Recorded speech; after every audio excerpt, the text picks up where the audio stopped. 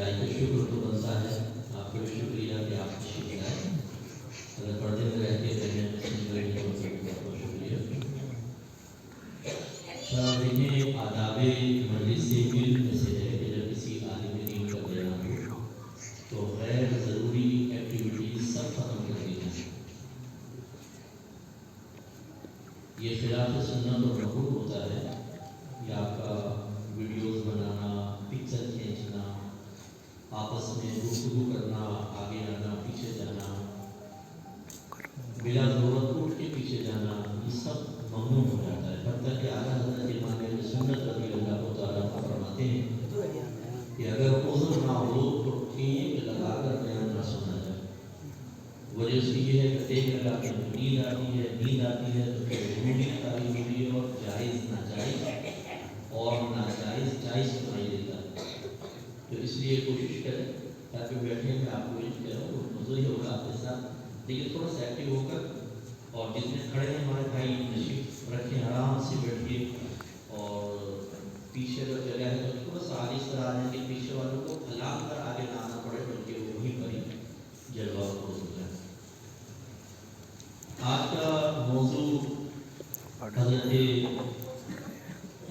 ہمارے یار عاشق اکبر سیدنا صدیق اکبر ابو بکر صدیق رضی اللہ تعالیٰ عنہ کا رکھا گیا ہے. جتنے میرے ینگسٹر یہاں بیٹھے ہیں بچوں، یہ اچھی طرح ذہن میں رکھیں.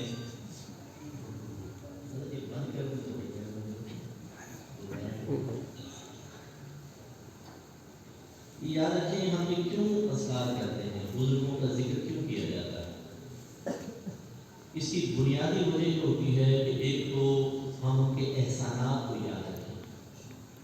آج آپ ایک مسلمان گھرانے میں پیدا ہو گئے تو بڑی معذرت کے ساتھ شاید ہم میں سے کوئی ایسا ہوگا، ایسا بھی ہوگا کہ جس نے کبھی سنجیدگی کے ساتھ اس نعمت کے حصول پر اللہ تعالیٰ کی بارگاہ میں شکریہ ادا نہیں کیا ہوگا. ہم شکوہ تو کرتے ہیں کبھی نعمت کا. کبھی سوچئے اللہ تعالیٰ چاہتا تو ہمیں کسی کافر کے گھر میں پیدا کر دے، آپ ہم کیا بگاڑ دیں. اب بھی بچے پیدا ہوتے ہیں، مسلمان کے گھر میں پیدا ہوتے ہیں، ہندو کے گھر میں پیدا ہوتا ہے. اگر وہ ہندو مذہب پر رہا تو اس کا انجام کیا ہوگا، اور مسلمان اسلام پر قائم رہا تو اس کو انعام کیا ملے گا. نہ اس کا قصور نہ اس کا قصور، یہ اللہ کا فضل ہے اور یہ اللہ کا عدل ہے. تو اس لیے ہمیں اس نعمت کا شکریہ ادا کرنا چاہیے کہ ہم مسلمان گھرانے میں پیدا ہوئے. اور مسلمان گھرانے میں پیدا اس لیے پیدا ہوئے کہ ہمارے بڑے مسلمان تھے، اسلام آتے جاتے کہتے کہتے ان تک پہنچا ہے. تو وہ کن کے ذریعے پہنچا ہے؟ جب رحمت کونین صلی اللہ علیہ وسلم نے دنیا سے پردہ فرمایا تو اس کے بعد تو صحابہ کرام علیہ رضوان تھے جنہوں نے پوری ذمہ داری کو محسوس کیا اور اس دین کو آگے پہنچایا اور رول ماڈل بنے. انہوں نے اپنے عمل سے، کردار سے، اخلاق سے، تعلیمات سے آنے والوں کو حوصلہ بخشا. ان کو ایک اپنی جو کوشش تھی، اپنا اخلاص تھا، اپنی سنجیدگی تھی، وہ منتقل کیا. انہوں نے آگے منتقل کیا حتیٰ کہ یہ مذہب یہاں تک پہنچا. اگر نہ پہنچتا تو ہو سکتا ہے پھر آپ ان میں کسی کافر گھر میں ہوتے اور ساری زندگی کفر پہ گزار کے جب مرتے تو ہمیشہ ہمیشہ کے لیے جہنم مقدر ہوتا. تو ایک تو اس کی یہ چیزیں بیان ہوتی ہیں کہ غور کریں گا. وہ ان کا بہت بڑا احسان تھا کہ انہوں نے اسلام کو ہم تک پہنچایا. اور میرے بچوں یہ یاد رکھیے گا، آج کل بہت سارے لوگ آپ کو ایسے ملیں گے جو سوشل میڈیا پر بیٹھ کر وہ ایڑی چوٹی کا زور لگا رہے ہیں کہ آپ کے بڑوں نے کچھ نہیں کیا. یہ 15ویں صدی ہجری میں بھی پیدا ہوا ہے اور اس نے سارا کام کیا. اس کو مان لو بڑوں نے کوئی کام نہیں کیا. وہ آپ کا رابطہ اپنے آپ کے بڑوں سے کٹوانا چاہتے ہیں. وہ چاہتے ہیں کہ آپ ماضی کی طرف نہ دیکھیں بلکہ حال کی طرف دیکھ کر ان کو مان لیں اور ان کی پیروی کر کے چلیں. اس لیے ضروری ہوتا ہے کہ یہ بار بار ہم تذکرہ کریں کہ وہ کون سے خصوصی خصوصیتیں جن کی برکات آج تک بلکہ قیامت تک مسلمان حاصل کرتا رہے. تو ایک تو یہ کہ احسان یاد ہے. کبھی کبھی جو پیرنٹس بیٹھے ہوئے ہیں، والد صاحب یہاں والدہ پردے میں مجھے سن رہی ہوں گی، آپ بھی اپنے بچوں کو کہتے ہیں نا کہ بیٹا تمہیں ایسے تم جوان نہیں ہو گئے ہو، محنتیں کی ہیں ہم نے، تمہارے لیے گرمی برداشت کی، بھوک برداشت کی، گالیاں تک برداشت کی، محنت کی ہے، تب تم بڑے ہوئے ہو۔ تو وہ بھی اپنا احسان یاد دلاتے ہیں بعض وجوہات پر کہ احسان یاد رکھو کہ بیٹا احسان کی ناشکری کرنے والا بہت بڑا شخص ہوتا ہے۔ تو ہمارے بڑوں نے جو احسان کیا وہ یاد رکھیں کہ انہوں نے بڑے احسانات کیے۔ سب سے بڑا احسان اسلام کو ہم تک پہنچایا۔ دوسری اس کی بنیادی وجہ یہ ہوتی ہے کہ ہم اس بات پر غور کریں کہ آخر انہوں نے اللہ تعالیٰ کی بارگاہ سے اتنا بڑا مقام کیسے حاصل کیا۔ عام آدمی مرتا ہے تو اس کی سگی اولاد دعا نہیں کرتی ہے، وہ دنیا سے پردہ فرما گئے، جو جانتا تھا وہ بھی اور جو نہیں جانتا اور اس نے پڑھ کر ان کو جانا وہ بھی قیامت تک ان کے لیے دعائیں کرتا رہے اور ان کے طریقوں کو جان کر ان کے جو بھی کردار تھا، عمل تھا، اسے اپنا کر اللہ کی بارگاہ میں مقبول ہوتا رہے۔ برطانیہ کا جو قانون ہے اسے کہتے ہیں عمر لا۔ برٹش لا کیا ہے؟ عمر لا۔ کیا مطلب؟ انہوں نے حضرت عمر فاروق رضی اللہ تعالیٰ عنہ کے 10 سالہ دور حکومت کا گہری نظر سے مطالعہ کیا کہ انہوں نے کیا کیا تھا۔ تو دیکھا کہ انہوں نے تو کسی کتے کو بھی بھوکا نہیں سونے دیا اپنے دور حکومت میں، اور انصاف، عدل، زبردست قسم کا جنگی ٹیکنیکس۔ اور جیسے کہ حضرت عمر فاروق رضی اللہ تعالیٰ عنہ جیسی حاکم بنے تو آپ نے اپنے جتنے مجاہدین کی ان کی تنخواہیں ڈبل کر دی اور فرمایا کہ کرپشن روکنے کا بہترین طریقہ یہ ہے کہ تنخواہیں بڑھا دو۔ کیسا بہترین! دیکھیں یہ ان لوگوں نے اپنایا۔ جب انہوں نے اپنایا ہمارے بزرگوں کے طریقہ کار کو تو آپ دیکھیں یہ پاکستان ہے جو اسلام کے نام پر بنا، قرآن موجود، نبی موجود، اللہ کو ماننے والے، نبی کریم کے حدیثیں موجود، علماء سمجھانے والے، لیکن جب ہم نے اکابرین کے طریقے کو چھوڑا تو ہماری حالت دیکھ لیں۔ اور جنہوں نے ان کے طریقوں کو اپنایا غیر مسلم ہونے کے باوجود، اللہ کے رسول کے منکر ہونے کے باوجود، قرآن کے انکار کرنے کے باوجود ان کی دنیاوی ترقیاں دیکھ لیں۔ اس لیے دوسری بڑی وجہ یہ ہوتی ہے ایسے اجتماعات کے انعقاد کی کہ ہم یہ غور کریں انہوں نے کس طریقے سے مقام حاصل کیا، کون کون سے طریقے اپنائے، اللہ کی بارگاہ میں کیسے مقبول ہوئے، پبلک کے دل میں، لوگوں کے دل میں اپنی محبت کیسے پیدا کی، ان طریقوں کو ہم بھی اپنائیں۔ تو پھر کوئی بعید نہیں کہ جو برکات اللہ نے انہیں عطا فرمائی ان کی بالکل مثل نہیں تو ان سے کچھ کم درجے کی اللہ تعالیٰ ہمیں بھی عطا فرمائے۔ لیکن مجھے افسوس کے ساتھ کہنا پڑتا ہے کہ دونوں چیزیں ہم نے چھوڑ دی۔ نہ ہم کبھی ان کا ذکر کرتے ہیں، فضائل سنے، واہ واہ سبحان اللہ، نعرہ تکبیر، نعرہ رسالہ، صدیق اکبر زندہ باد، اس کے بعد انتظار کرتے ہیں ذرا اسپیچ لمبی ہو جائے تو مولوی صاحب ختم کریں، لنگر شروع ہو، صاحب پیٹ میں بھوک لگ رہی ہے، اور دبا کے لنگر کھایا، باہر نکل گئے۔ نہ کوئی احسان یاد رہا پھر نہ کچھ، اور نہ یہ یاد رہا کہ ان کے کیا طریقے ہمیں اپنانے ہیں۔ یہ تو ہماری حالت ہے، ہم نے تو نبی کے طریقوں کو چھوڑ دیا۔ اللہ فرمائے لقد کان لکم فی رسول اللہ اسوۃ حسنہ، ضرور بے شک نبی کریم صلی اللہ علیہ وسلم کی زندگی میں تمہارے لیے بہترین عملی نمونہ۔ ہم نے تو نبی کی زندگی کے عملی نمونے کو چھوڑ دیا، تو پھر اکابرین جو ان کے غلام تھے ان کی سیرت کو اپنانے کے بارے میں کیا مسلمان سنجیدہ ہوگا؟ نتیجہ نکلا کہ ہم ایسے ہزارہا پروگرام اٹینڈ کرتے ہیں لیکن ہماری عملی زندگی میں کوئی تبدیلی نہیں آتی، ہماری سوچ اور فکر میں انقلاب پیدا نہیں ہوتا، ہمارا کردار مناسب نہیں ہوتا۔ جو پہلے گالیاں بکتا وہ آ کر بیٹھتا ہے وہ باہر نکل کر بھی ماں بہن کی گالیاں بک رہا ہوتا ہے۔ جو حرام کمانے کا عادی ہوتا ہے وہ یہاں بیٹھنے کے بعد اسپیچز سننے کے بعد پھر وہی جا کے حرام کما رہا ہوتا ہے۔ جو لوگوں پر ظلم کر رہا ہے خصوصاً اپنے ماتحت پر، خصوصاً اپنی بیویوں پر، اپنے امپلائی پر، وہ سننے کے بعد پھر جا کے اسی ظلم کے سلسلے کو جاری و ساری رکھتا ہے۔ تو اس کا مطلب ہے کہ ہم نے اکابرین کے ذکر سے جو رحمت نازل ہو رہی تھی وہ ضرور حاصل کی۔ اگر اخلاص سے اگر بیٹھے کہ ثواب بھی ملے گا، لیکن مکمل برکات سے اس لیے ہم معروم ہو گئے کہ ہم نے ان کے طریقوں کو نہیں اپنایا۔ تو آج میں انشاءاللہ حضرت ابوبکر صدیق رضی اللہ تعالیٰ عنہ کی زندگی کے کچھ پہلو آپ کی خدمت میں ذکر کروں گا، اور تمام تقریباً یہ دو میں نے کتابوں سے حدیثیں لی ہیں، ایک بخاری دوسری مسلم، اوتھنٹک حدیثیں ہیں، ان کو سنیں، سماعت فرمائیں اور ان سے پھر ہم عملی نکات نکالیں۔ میرا ہمیشہ طریقہ کار یہ ہے، میں وقت گزاری کے لیے بیان نہیں کرتا، کوشش میری یہی ہے۔ میرے 30 سال ہو گئے میری زندگی کو، جو میرے ماضی میں جانتے ہیں، میرے بیانات کی نوعیت یہی ہے اس میں ترقی تو ہو گئی، تنزل ہی نہیں ہوئی. بعض کہتے ہیں استاد کے بڑے شدید بیان کرنے لگے ہیں، آپ بہت سخت بیان کرنے لگے ہیں. میں عرض کرتا ہوں کہ چلو میں نرم بیان کرتا ہوں. ہمارے لوگوں کی حالت تو دیکھ لیں. ہمارے لوگ اپنے مذہب اسلام کو قبول کرنے کے لیے تیار نہیں ہیں. ہمارے لہجے کی سختی کو مت دیکھیں، ہمارے الفاظ کی شدت کو نہ دیکھیں. اگر مرض بڑھ جاتا ہے تو ڈاکٹر آپریشن سجیسٹ کرتا ہے، وہ پیناڈول کی گولی نہیں دیتا آپ کے منہ میں. اور کوئی بھی یہ نہیں کہتا ہے بڑا شدید ڈاکٹر ہے یار اس کو چھوڑو بھائی، کوئی پیناڈول کی گولی والا لاؤ. اگر وہ بتا دے کہ آپ کے والد کینسر کے آخری اسٹیج پر ہیں تو نامعقول اور احمق اولاد ہوگی جو کہے گا کہ میں آپریشن نہیں کرواؤں گا، تم نے اپنی شدت سے کام لیا ہے، کوئی گولی بتاؤ. وہ بولے گا پہلی فرصت میں کرو بھائی، میرا ابا مر نہ جائے، آپریشن کرو، کاٹ دو میرے والد کو، پیٹ چاک کر دو.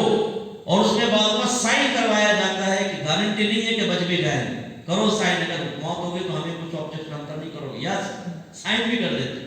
اس لیے آپ برا نہ مانیں، ہمیں آپ سے کوئی نفرت نہیں ہے، ہمیں آپ سے محبت اور پیار ہے. کون اپنی توانائی ضائع کرتا ہے بابا؟ جب ہم سخت بیان کریں یا کوئی آپ کو سمجھانے کے لیے بیان کریں تو 50 تو ناراض ہو جاتے ہیں. پیروں کے خلاف بیان کریں، ڈبے پیروں کے وہ ناراض، جعلی عاملوں کے خلاف کریں وہ ناراض، آرٹسٹ اور پیشہ ور نعت خوانوں کے خلاف کریں وہ ناراض، پبلک کے خلاف کریں وہ ناراض. تو ہم تو اپنے مفادات کے سارے دروازے بند کر رہے ہیں، اپنے فوائد کے دروازے بند کر رہے ہیں. کون گالیاں کھاتا ہے؟ لیکن ہم نے یہ دیکھا ہے کہ انبیاء علیہ السلام نے یہ نہیں دیکھا کہ ہمارے پیچھے کتنے لوگ آئے، انہوں نے یہ دیکھا کہ ہم نے اللہ کا پیغام پہنچایا یا نہیں پہنچایا. اسی لیے آپ کے نبی فرماتے ہیں بروز قیامت بعض نبی ایسے آئیں گے جن کے ساتھ ایک بھی امتی نہیں ہوگا، اور کوئی ایسا ہوگا جس کے ساتھ صرف ایک امتی ہوگا. انہوں نے پرواہ نہیں کی کہ لوگ راضی ہیں کہ نہیں، انہوں نے حق بات بیان کی اور لوگوں میں انقلاب پیدا کرنے کی کوشش کی. قبول کیا تو ٹھیک، نہیں قبول کیا انشاءاللہ وہ اللہ کی بارگاہ میں سرخرو رہے. میرے بچوں، فضائل کا بیان سنانا ہمارے لیے بڑا آسان ہے. ہم تو ویسے ہی لوگوں کے نفسیات بھی جانتے ہیں. 30 سال ہو گئے تبلیغ کرتے ہوئے. الفاظ کا ذخیرہ ہمارے پاس، علم کا ذخیرہ ہمارے پاس، نفسیات ہم جانتے ہیں. میں 2 منٹ میں ایسے بیان کر سکتا ہوں کہ آپ کا سیٹ جیب سے پیسے نکال کے مجھے 1000 کا نوٹ دے دے گا، اور ایک دفعہ یہ شروع ہو جائے گا تو پھر آپ کو پتا ہے اجتماع میں کوئی پیشاب دبا کے بیٹھے اور 4 5 6 آدمی ایک اٹھے تو دوسرا کہتا ہے شکر ہے یار اٹھ گیا، وہ بھی جاتا ہے کہ دوسرا بھی نکلتا، ایک پیسہ دے گا دوسرا بھی دے گا. آپ کی جیبیں خالی کروانا، آپ سے مفادات دینا ہمارے لیے کوئی مشکل بات نہیں ہے. لیکن ضمیر کی ملامت، آخرت میں اللہ کی بارگاہ میں ذلیل و رسوا ہونے کا خوف، اس لیے اللہ نے جو مقام و مرتبہ دیا ہے اس مقام و مرتبے کا حق ادا کرنے کے لیے ہمیں ان باتوں کو کرنا بھی ہے. اور جو آپ نے اللہ تعالیٰ کی بارگاہ سے مسلمان ہونے، نبی کریم صلی اللہ علیہ وسلم کی امت میں پیدا ہونے اور سرکار سے محبت رکھنے والوں کے درمیان پیدا ہونے کا انعام حاصل کیا، اس کا حق بھی آپ کو اسی طرح ادا کرنا ہے کہ آپ حق بات سنیں اور اپنے عمل و کردار میں تبدیلی لائیں. تو ہم اسی طریقے سے یہ واقعات سنیں گے اور ان سے نتیجہ نکالیں گے. پہلا واقعہ حضرت سہل بن سعد ساعدی رضی اللہ تعالیٰ عنہ کے راوی ہیں اور 1234 نمبر حدیث پاک بخاری. یہ کہتے ہیں کہ بنی عمر بن عوف ایک قبیلہ تھا، ان کے درمیان کوئی آپس میں جھگڑا ہوا، مسلمانوں کا قبیلہ تھا، آپس میں مسائل ہو گئے. تو رحمت کونین صلی اللہ علیہ وسلم صلح کروانے کے لیے تشریف لے گئے. تو وہاں دیر ہو گئی اور صحابہ مسجد میں جمع ہو گئے، ظہر کا وقت تھا. تو حضرت بلال رضی اللہ تعالیٰ عنہ سیدنا صدیق اکبر رضی اللہ تعالیٰ عنہ کے پاس آئے کہ حضور لگتا ہے سرکار تشریف نہ لا سکیں گے، کیا خیال ہے آپ نماز پڑھا دیں؟ کہا کہ اگر آپ کہتے ہیں تو ٹھیک ہے میں پڑھاتا ہوں. اقامت ہوئی، حضرت ابوبکر صدیق رضی اللہ تعالیٰ عنہ نے نماز پڑھانا شروع کر دی. اسی اثنا میں میرے آقا صلی اللہ علیہ وسلم تشریف لے آئے. اب یہ نبی کا حق ہوتا ہے کہ جب وہ آئے تو وہ پیچھے نہیں رہے گا، وہ سب سے آگے بڑھے گا. لہذا نبی کریم تشریف لائے، اور یہ حدیث میں نہیں ہے، یہ میں عرض کر رہا ہوں اپنی طرف سے کہ رحمت کونین صلی اللہ علیہ وسلم کی آمد مبارک کی خبر آپ کے پسینے کی خوشبو دے دیا کرتی ہے، گلاب کی خوشبو پھیل جایا کرتی ہے. سرکار تشریف لائے، پچھلے صف والوں کا احساس ہوا، جگہ چھوڑ دی، سرکار آگے بڑھے، دوسری تیسری چوتھی، حتیٰ کہ سیدنا صدیق اکبر کے پیچھے تشریف لے آئے. صحابہ کہتے ہیں کہ ابو بکر صدیق رضی اللہ تعالیٰ عنہ جب نماز پڑھاتے تھے تو بالکل دائیں بائیں توجہ نہیں کرتے تھے. اب صحابہ نے ہاتھ پہ ہاتھ مارنا شروع کیا تاکہ صدیق اکبر سمجھ جائے. تصفیق کہتے ہیں اس کو، ہاتھ پہ ہاتھ مارنا کہ تاکہ نہیں. پھر جب کافی ایسا زور زور سے مارا تو پھر صدیق اکبر متوجہ ہوئے کہ ہو کیا رہا ہے، کیوں ہاتھ مارا. دیکھا تو سرکار. تو راوی کہتے ہیں کہ حضرت نبی کریم صلی اللہ علیہ وسلم نے ان کو اشارہ فرمایا کہ آپ نماز جاری رکھیں. یعنی گویا کہ سرکار چاہتے تھے میں پیچھے نماز پڑھوں. لیکن روایت میں آتا ہے کہ صدیق اکبر رضی اللہ تعالیٰ عنہ نے جب آپ کو دیکھا تو پیچھے ہٹتے چلے گئے اور پچھلی صف میں شامل ہو گئے اور نبی کریم صلی اللہ علیہ وسلم نے آگے بڑھ کر نماز پڑھائی. جب نماز سے فارغ ہو گئے تو رحمت کونین صلی اللہ علیہ وسلم نے ارشاد فرمایا کہ یا ابا بکر ما منعک ان تصلی للناس حين اشاروا علیک. اے ابو بکر جب میں نے تمہیں اشارہ کر دیا تھا تو کس چیز نے تمہیں لوگوں کی امامت کرنے سے روکا؟ عرض کی ما کان ينبغي لابن ابي قحافہ ان يصلي بين يدي رسول اللہ صلی اللہ علیہ وسلم. یا رسول اللہ ابو قحافہ کے بیٹے کے لیے مناسب نہیں تھا کہ وہ سرکار کے سامنے کھڑے ہو کر نماز پڑھے. سبحان اللہ. اس سے چند نتیجے نکلے، ذرا غور کریں. پہلی بات تو یہ کہ صدیق اکبر جب نماز پڑھتے تھے تو صرف اللہ کی طرف توجہ ہوتی تھی، دائیں بائیں نہیں ہوتی. حتیٰ کہ اتنے ہاتھ مارے گئے توجہ ہی نہیں تھی. کیا ہو رہا ہے، چھوڑو، نماز کی طرف متوجہ. میرے آقا صلی اللہ علیہ وسلم نے ارشاد فرمایا ایک زمانہ ایسا آئے گا کہ پوری مسجد میں ایک نمازی بھی ایسا نہیں ہوگا جو خشوع و خضوع کے ساتھ نماز پڑھ رہا ہو. صدیق اکبر کو ماننے والے جب امام کے پیچھے کھڑے ہوتے ہیں تو کہتے ہیں امام صاحب اللہ اکبر، تم اپنا کام کرو، فقیر اپنا کام کرے گا. امام صاحب نے اللہ اکبر کہہ کے قرات شروع کی، ہم نے آنکھیں بند کر کے چلے گئے ٹک ٹاک پر، فیس بک پر، کرکٹ کا میچ، ہاکی کا میچ، یہ وہ. پھر اچانک آواز آتی ہے اللہ اکبر، رکو گے رکو. تراویح میں خاص طور پہ آپ دیکھیں پورے جہان کی سیر ہو جاتی ہے جتنی دیر میں قاری صاحب قرات کرتے ہیں. یہ ہم لوگوں کی حالت ہے کہ ہماری نمازوں میں اتفاق، ہمیں نماز پڑھ رہے تھے پھر ہم نے دیکھتے ہیں حاجی صاحب آ کے بیٹھ گئے ساتھ میں تو پھر بڑا سنبھل کے نماز پڑھتے ہیں نا. پہلے تیز تیز سجدے مار رہا ہوتا ہے ایک نوجوان، پھر جب وہ دیکھتا ہے امام صاحب آگے، حاجی صاحب آگے، تو بڑے آرام آرام سے تاکہ دور تک آواز پہنچے اس کی اور عین کے بڑے رک رک کے نمازیں پڑھنا شروع کر دیتے ہیں. اور کبھی ہمارے بچوں کو اکیلے میں نماز پڑھتے دیکھیں لگتا ہے کہ بلٹ ٹرین چل رہی ہے نا. یعنی ابھی آپ الحمدللہ رب العالمین کریں گے ان کی آمین ہو جائے گی، آپ سورت ختم کریں گے سجدے کے اندر ہوگا، ابھی آپ تیار بھی شروع نہیں کریں گے سلام پھیر دیں گے. یہ ہم لوگوں کی حالت. توجہ کیجیے کہ ہم نماز کیسی پڑھ رہے ہیں. ہم بالکل اللہ کی طرف استغراق نہیں رکھتے ہیں. اور بعد امام حضرات نے مجھے اپنی کیفیت بتائی، اس لیے ورنہ میں بدگمانی نہیں کر رہا ہوں، کہ امام صاحب کہتے ہیں استاد بعضوں کا تو ہمیں یاد ہی نہیں رہتا کیا پڑھا ہے. امام کا بھی ایسے مسئلہ ہوتا ہے کہ وہ باندھ کر منہ سے قرات ہو رہی ہے، ذہن بھی اور جا رہا ہے. ہر امام صاحب کا نہیں ہوتا، آپ کو بدگمانی کی اجازت نہیں ہے. میں صرف خشوع و خضوع کی بات آپ کو عرض کر رہا ہوں کہ دیکھیں یہ فائدہ ہوتا ہے آپ اپنے بزرگوں کو پڑھیں کہ جب وہ نماز پڑھتے تھے تو دنیا وما فیہا سے غافل ہو جاتے تھے اور ہمیں ہر چیز نماز میں یاد آتی ہے. امام اعظم ابو حنیفہ رضی اللہ تعالیٰ عنہ کے پاس ایک شخص آیا کہ حضور میں نے کچھ اپنا مال دبایا تھا، یاد نہیں آ رہا کہاں دبایا. فرمایا میں نے تجھے طریقہ بتا سکتا ہوں. کہا بتائیے. فرمایا بتا تو دوں گا لیکن تمہیں اس کو پورا بھی کرنا ہوگا. کہا کروں گا. فرمایا کہ پوری رات نماز پڑھو، نوافل پڑھتے رہو تمہیں یاد آ جائے، لیکن اگر درمیان میں یاد آ جائے تو نماز چھوڑنا مت. کہا کہ ٹھیک ہے. گیا جیسی تکبیر لگائی فوراً یاد آ گیا، جلدی سلام پھیرا، مال نکالا، سو گیا. صبح امام صاحب کے پاس آئے، جن کو تو آپ نے کیسی کرامت دکھائی، تکبیر لگاتے ہی یاد آ گیا. فرمایا کہ نماز پڑھی تھی کہ نہیں؟ کہا کہ نہیں حضور میں تو سو گیا. تو پھر فرمایا کہ اصل مسئلہ یہ تھا کہ میں جانتا تھا کہ ویسے تو یاد نہیں آ رہا، لیکن جیسی نماز پڑھنا شروع کرے گا وہ بھی پوری رات کی نماز کا ارادہ، شیطان تجھے کبھی نہیں پڑھنے دے گا اور یاد دلائے گا. اس نے یاد دلا دی. اس کا مطلب یہ ہوا اپنے بزرگوں کے قریب رہیے. وہ تو شیطان کی بھی نفسیات جانتے ہیں، وہ تو شیطان کو بھی قابو کرنا جانتے ہیں. اور ہمارا نوجوان آج بزرگوں سے ہی بھاگتا ہے. ہمارے اپنے کانٹیکٹ لسٹ میں دیکھ لیں، موبائل کی کوئی ایک مفتی کا نام ہے آپ کے؟ کسی دیندار کا نام ہے، کسی شیخ کامل کا نام ہے؟ نتو پتو ٹیٹا پان والا، تھچا پائے والا، فلاں فلاں پپو پان والا، سب کے ہوں گے، بے نمازی شرابی لواری، اپنے محلے والے رشتہ دار، لیکن دین داروں کا نہیں ہوتا، ہم کانٹیکٹ نہیں رکھتے، رکھیں تو دیکھیے امام اعظم. ابھی ہوتا یہ ہے کہ جب ہم نماز پڑھتے ہیں تو شیطان میں آتا ہے، ہمارا اتفاق ہوتا ہے اور ہم نماز کی برکات سے محروم رہتے ہیں.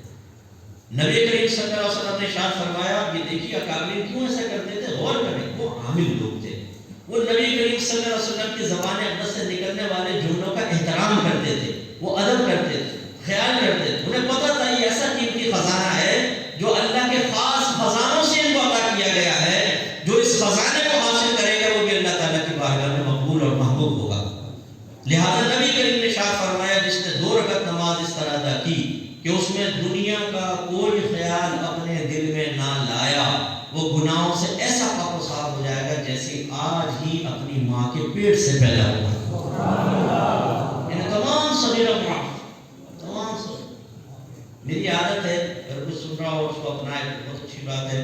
میں جمعے کی نماز شروع کرنے سے پہلے نمازیوں کی تلقین کرتا ہوں، یہ حدیث سناتا ہوں اور میں عرض کرتا ہوں کم از کم یہ 2 رکعت نماز ایسی پڑھیں کہ دنیا کا کوئی خیال نہ آئے. مجھے اللہ کی رحمت سے امید ہے اگر آپ اس میں کامیاب ہو گئے تو یہ جمعہ ہی آپ کے سابقہ گناہوں کا کفارہ بن جائے گا. ابھی یاد رکھیے کہ آپ جنت کا تصور لائیں، دوزخ کا، موت کا، مکہ، مدینہ، اسی طرح آخرت، عذابات قبر، یہ سب دنیا کی چیزیں نہیں ہیں، آخرت کی ہے نا. تو نماز میں ان کے پر توجہ رکھیں. دنیا کا خیال آنا برا نہیں ہے، اس میں مشغول ہو جانا برا ہے، یا جان بوجھ کر لانا برا ہے. ٹھیک ہے، سیدھے سرکار نے فرمایا لانا، آنے کو منع نہیں کیا. آئے گا، خیال آئے جھٹک، خیال آئے جھٹک. تو یہ ہمارے صدیق اکبر رضی اللہ تعالیٰ عنہ کا طریقہ تھا. اب سرکار نے سوال کیا ہے، ابوبکر جب ہم نے اشارہ کر دیا تو کیوں آپ نے نماز نہیں پڑھی؟ انہوں نے جواب دیا. اب غور کیجیے گا یہاں پر ایک بہت ہی نکتے والی بات. ایک ہوتا ہے مشورہ، ایک ہوتا ہے حکم. ان میں ڈفرینس یہ ہوتا ہے کہ حکم کو نہیں مانیں گے گنہگار ہوں، اور نبی کو اس زمانے میں کوئی حکم نہ مانتا، اگر بدطریق انکار ہوتا کہ ہم اس کو مانتے ہیں کہ صحیح نہیں ہے تو کافر ہو جاتا، اور سستی کر کے ہوتا تو بہت بڑا گناہ اور اس کی ایمانیات کے مسئلے ہوتے. اور مشورہ وہ ہوتا ہے کہ اختیار آپ کو دیا جاتا ہے کہ اختیار کرو یا نہ کرو، کر لیں ٹھیک ہے، نہیں کریں تو کوئی مسئلہ نہیں ہے. اب یہ انسان کا کمال ہوتا ہے کہ وہ غور کرے کہ مجھے حکم کیا گیا ہے مشورہ، پھر اس کے مطابق وہ طرز عمل اختیار کرے. صدیق اکبر رضی اللہ تعالیٰ عنہ بہت ہی زبردست قسم کے زیرک آدمی تھے، ذہین تھے، فطین تھے، مزاج رسول کو سمجھنے والے تھے. لہذا سرکار نے اشارہ فرمایا کہ آپ نماز پڑھاتے رہیں تو وہ سمجھ گئے یہ حکم نہیں ہے، مشورہ ہے، اسی لیے پیچھے ہٹ گیا اور سرکار کو آگے کیا. تو یہ ذہن میں رکھیے، بعض اوقات ماں باپ بھی آپ کو کبھی حکم دیں گے، کبھی مشورہ، آپ کو سمجھنا ہوگا. اس کو یوں آپ سمجھ سکتے ہیں کہ اگر آپ کو یقین ہو کہ میں نہیں مانوں گا تو ماں کا یا باپ کا دل دکھے گا، انہیں دکھ ہوگا، افسوس ہوگا، یا وہ سختی اور مارنے پیٹنے کی طرف آئیں گے، تو اس کو حکم سمجھیں. اور ماں باپ کی وہ اطاعت کہ جو دائرے شریعت میں رہ کر اس کو ماننا واجب ہوتا ہے، پھر آپ کو عمل کرنا ہوگا. اور اگر آپ سمجھیں کہ نہیں یہ ایسی کہا ہے کہ نہیں بھی مانوں گا، کوئی دل آزاری نہیں. جیسے ماں نے کہا بیٹا باہر جا رہا ہو کچھ پہن کے چلے جاؤ، سردی ہو رہی ہے، آپ نے کہا امی اتنی لگ نہیں رہی، امی نے چلو ٹھیک ہے. یہ کہا پہن کے چلے جاؤ، ابھی کیا ہے مشورہ. آپ کو پتہ نہیں بھی مانوں گا، امی کی دل آزاری نہیں ہوگی، یہ مشورہ. مشورہ قبول کرنا نہ کرنا اس میں اختیار ہوتا ہے، حکم ماننا پڑے گا.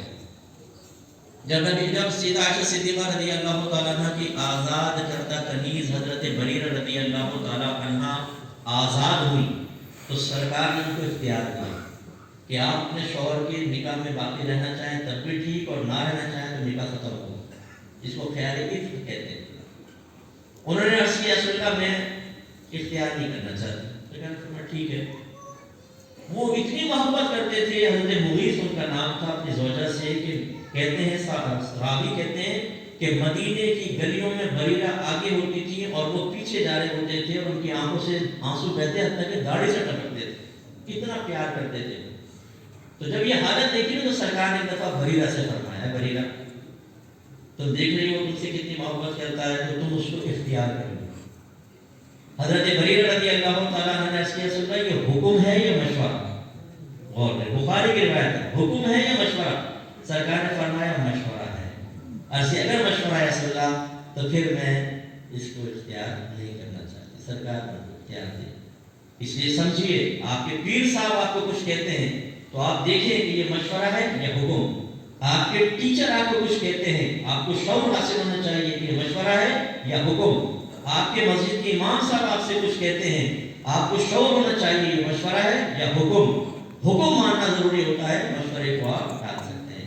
تو ضمناً ٹال سکتے ہیں، مراد اپنی مرضی اس میں اختیار کر سکتے ہیں۔ ٹالنے سے مراد یہ مطلب ہے کہ معاملے سمجھ کے چھوڑیں۔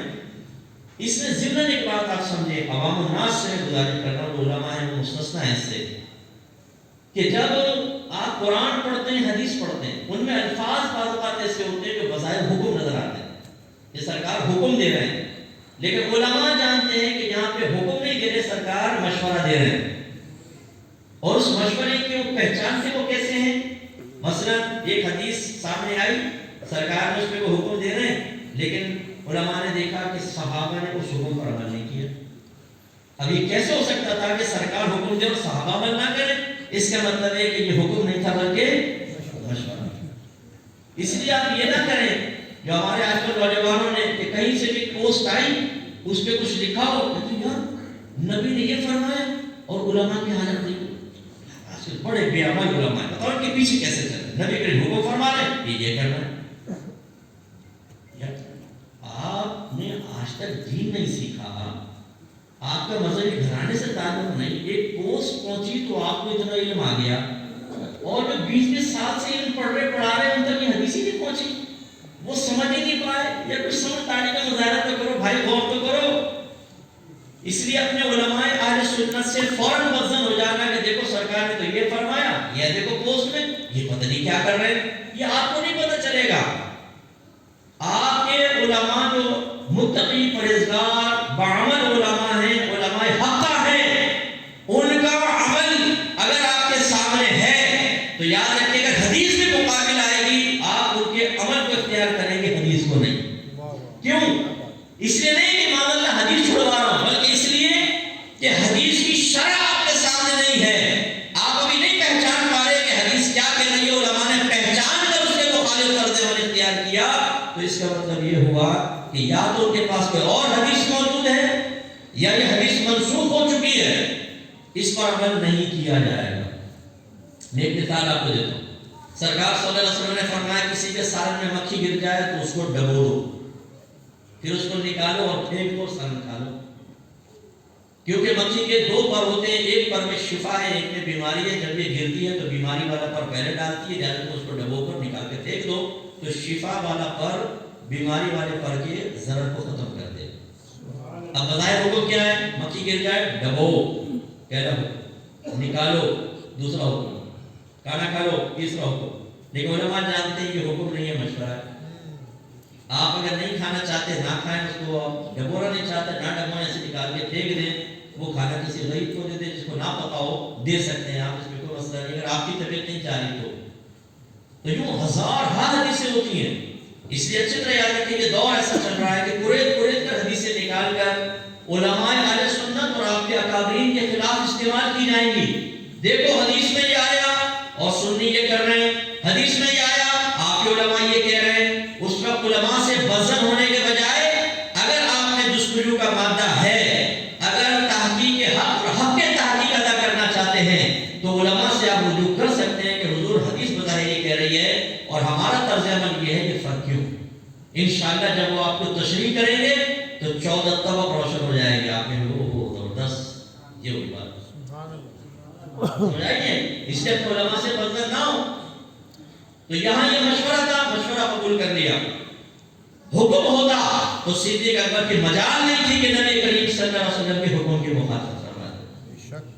اب جب سرکار نے کیا تو کیا جواب دیا؟ ابو قحافہ کے بیٹے کو یہ مناسب نہیں تھا کہ وہ نبی کریم کے سامنے نماز پڑھائے۔ میں آپ سے سوال کرتا ہوں، بچوں ذرا غور سے سنیے گا اور مجھے جواب دینا ہوگا۔ یہ بتائیے صدیق اکبر کا پیچھے ہٹنا نبی کریم کی توہین تھی یا تعظیم تھی؟ یہ نبی کریم کے لیے عملی صرف ذہن کے اندر کوئی تصور لانا تھا، عملی کوشش تھی نا. اس کا مطلب یہ ہوا کہ اگر کوئی حالت نماز میں ہو، نبی کریم صلی اللہ علیہ وسلم کی تعظیم بجا لاتے ہوئے عملی کوشش کرے تو اس کی نماز ناقص نہیں ہوتی، کامل ہوتی ہے. تو پھر اگر نبی کریم پر نماز میں دھیان لے آئے تو نماز ناقص کیسے ہوگی؟ اور اگر اس کے بارے میں یہ لکھا جائے کہ نماز میں نبی کا خیال لانا اپنے گدھے اور بیل کے خیال میں ڈوب جانے سے بدتر ہے، تو بتائیے ایسا آدمی قابل گرفت ہوگا کہ نہیں ہوگا؟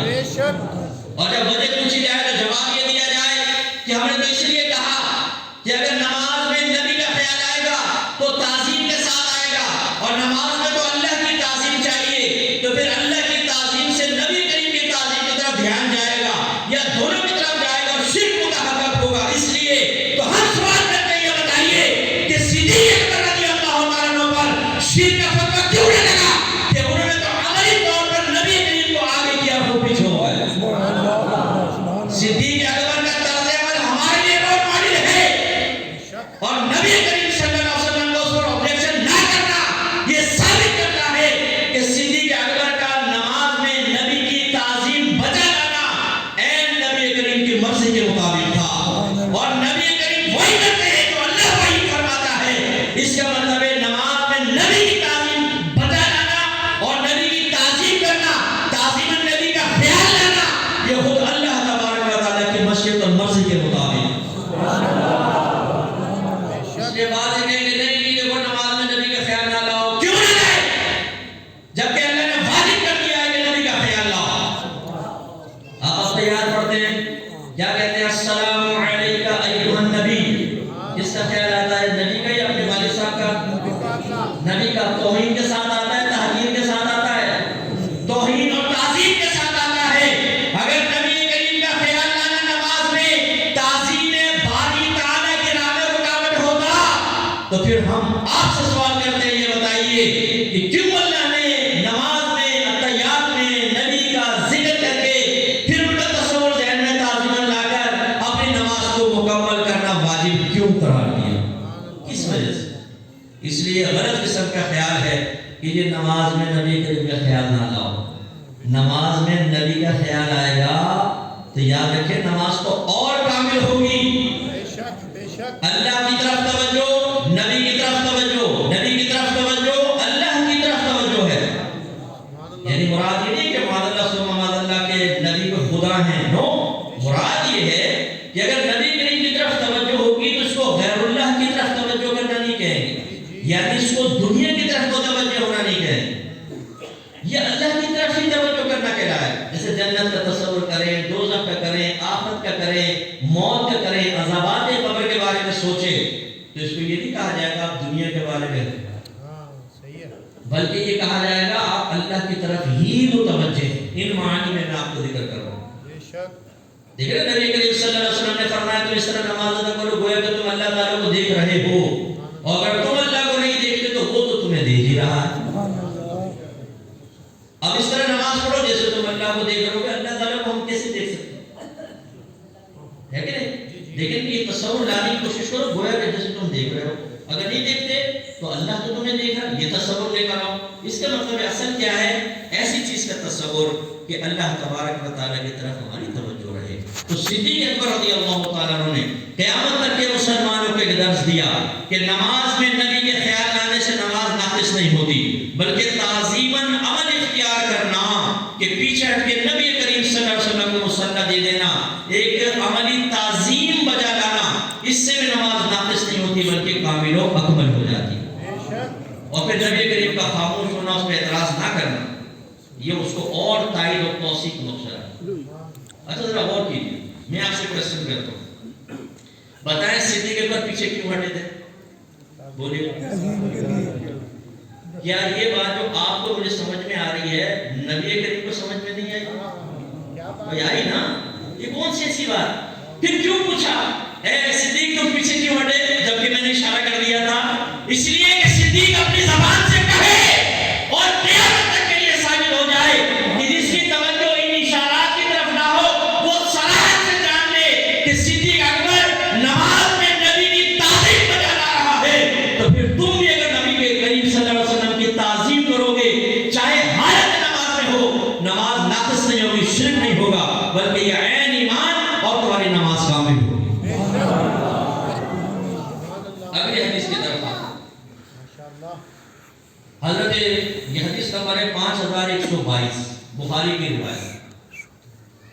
بی بی حفصہ رضی اللہ تعالیٰ عنہ ام المومنین، حضرت عمر فاروق رضی اللہ تعالیٰ عنہ کی صاحبزادی، آپ پہلے حضرت خنیس بن حذافہ سہمی کے نکاح میں تھے، یہ صحابی رسول تھے، پھر ان کا انتقال ہو گیا تو آپ بیوہ ہوئے، تو عمر فاروق رضی اللہ تعالیٰ عنہ کہتے ہیں کہ میں عثمان کے پاس گیا، عثمان غنی کے پاس، اور ان سے میں نے کہا کہ اگر آپ چاہیں تو میری صاحبزادی سے نکاح کر لیں، تو انہوں نے کہا مجھے کچھ تھوڑا سا سوچنے کا ٹائم دے۔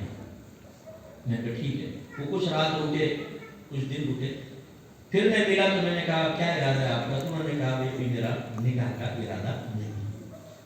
کہتے اس کے بعد میں پہنچا سیدنا صدیق اکبر رضی اللہ تعالیٰ عنہ کے پاس، اور میں نے کہا کہ اگر آپ چاہیں تو صاحبزادی سے نکاح کر لیں، تو وہ خاموش ہو گئے، مجھے کوئی جواب نہیں دیا۔ حضرت عمر فاروق رضی اللہ تعالیٰ عنہ بالکل دیانتدارانہ اپنی کیفیت بیان کرتے ہوئے کہتے ہیں کہ مجھے عثمان کے انکار سے اتنی تکلیف نہیں ہوئی تھی جتنی ابو بکر کی خاموشی سے ہوئی۔ کوئی تو جواب دیتے نا، جواب ہی نہیں دیا۔ کہتے ہیں کچھ ہی دن گزرے تھے کہ میری صاحبزادی کے لیے نبی کریم صلی اللہ علیہ وسلم کے نکاح کا پیغام ام المومنین بن گئی۔ جب یہ ہو گیا، اب صدیق اکبر آئے ان کے پاس اور آ کر پوچھا لعلک وجدت علی حین عرضت علی حفصہ فلم ارجع الیک شیئا، اے عمر جب آپ نے حفصہ کے بارے میں کہا اور میں نے کوئی جواب نہیں دیا تو ضرور آپ نے اپنے دل میں میرے لیے کوئی نہ کوئی چیز تو پائی ہوگی۔ حضرت عمر فاروق نے ہماری طرح نہیں ایسا کیسا ہے، میں آپ سے بتاؤں، جب ہمارا فراڈ ہوتا ہے دل میں کینہ والا ہوتا ہے، منہ میں نہیں کیسے سکتے ہیں، کوئی بات نہیں، آپ کے نام آپ کے بارے میں دل میں آ گئی تھی بات۔ حضرت صدیق اکبر نے فرمایا فَإِنَّهُ لَمْ يَمْنَعْنِي أَنْ أَرْجِعَ إِلَيْكَ، اے عمر مجھے آپ کی طرف رجوع کرنے سے صرف اس چیز نے روکا، فِيمَا عَرَضْتَ عَلَيَّ، اس چیز سے جو آپ نے مجھے پیش کی، مجھے روکا کس نے؟ إِلَّا إِنِّي كُنْتُ عَلِمْتُ أَنَّ رَسُولَ اللَّهِ صلی اللہ علیہ وسلم قَدْ ذَكَرَهَا، کہ بے شک میں جانتا تھا کہ سرکار نے بی بی حفصہ کا ذکر کیا۔ فَلَمْ أَنْ أَكُنْ لِأُفْشِيَ سِرَّ رَسُولِ اللَّهِ صلی اللہ علیہ وسلم، تو میں نے اس سے پہلے کہ سرکار کو جواب دیتے، صراحتاً کوئی ہاں یا نہ کرتے، میں نے سرکار کے راز کو ظاہر کرنا مناسب نہ سمجھا۔ وَلَوْ تَرَكَهَا، اگر میرے آقا انہیں چھوڑ دیتے، ترک کرتے، نکاح کا ارادہ نہ فرماتے تو قبلتها، تو پھر میں ان سے نکاح کر لیتا، وہ قبول کر لیتا۔ ذرا غور فرمائیے، پہلی بات یہ کہ ہمارے اکابرین آپس میں پیار محبت کا معاملہ رکھتے تھے، لیکن بتقاضائے بشریت دل میں کوئی چیز کا آ جانا، یہ اس طرح کے معاملات، یہ ان کے بزرگی کے خلاف نہیں ہے، اس ذہن میں رکھیے۔ ہم نے بعض بار تصوف کی کتابیں پڑھ کے نتیجہ نکالا ہوتا ہے کہ شاید جب کوئی اللہ کے قریب ہو جاتا ہے تو وہ تقاضائے بشریت سے فارغ ہو جاتا ہے، ان کی فیلنگز نہیں رہتی۔ جیسے کوئی بڑے صوفی صاحب ہیں، بیوی سامنے آئے تو بہن کسی فیلنگز پیدا ہو جاتی ہوں گی دل میں، اور کچھ بھی نہیں ہوتا ہوگا، ارے بھائی ایسا نہیں ہوتا ہے، وہ ہماری طرح اولاً انسان ہے، پھر وہ تقاضائے بشریت پہ غلبہ پانے کا سلیقہ سیکھ لیتے ہیں، لیکن کبھی کبھی ایسا ہوتا ہے کہ تقاضائے بشریت غالب آتا ہے اور اس کے نتیجے مرتب ہوتے ہیں، لیکن یہ ہمارا حسن ظن ہے الحمدللہ، بلکہ میں یقین سے بھی کہوں کہ اگر تقاضائے بشریت غالب بھی آ جائے وہ خلاف شرع کام نہیں کرتے۔ لیکن یہ مت سوچئے کہ اگر کوئی دین کی طرف آ جاتا ہے تو ما فوق الفطرت ہو جاتا ہے، اس سے کوئی گناہ ہو ہی نہیں سکتا، اس سے کوئی خطا ہو ہی نہیں سکتی، اس کے ذہن میں کوئی وسوسہ آ ہی نہیں سکتا، اس پہ شیطان حملہ ہی نہیں کر سکتا۔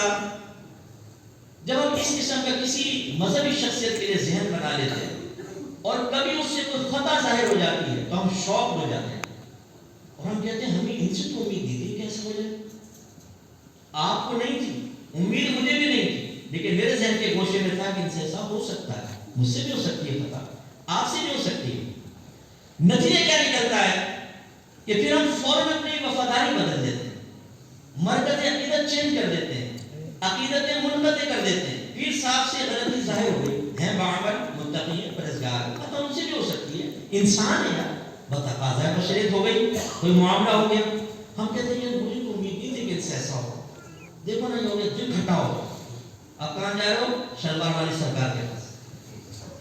یعنی پیر کو چھوڑ کے شلوار والی سرکار کے آستانے کے اوپر پہنچ گئے یہ مرید بیچارہ. ارے بھائی تم نے یہ نہیں دیکھا ہے، وہ ایک انسان تھے. اسپیس دو تھوڑا سا، انہیں بھی اسپیس دو. ہو سکتی ہے خطا، خطا تو آپ کے والدین سے بھی ہوتی ہے، آپ نے کبھی گھر تو نہیں چھوڑا. پھر آپ کہتے نہیں میرے کو وہ باتیں عام لوگ ہیں نا، یہ اتنے بزرگ دیکھیں بھائی، تو بزرگی کا مطلب یہ کوئی ہے کہ ہم سے بتقاضۂ بشریت کچھ نہیں ہو سکتا.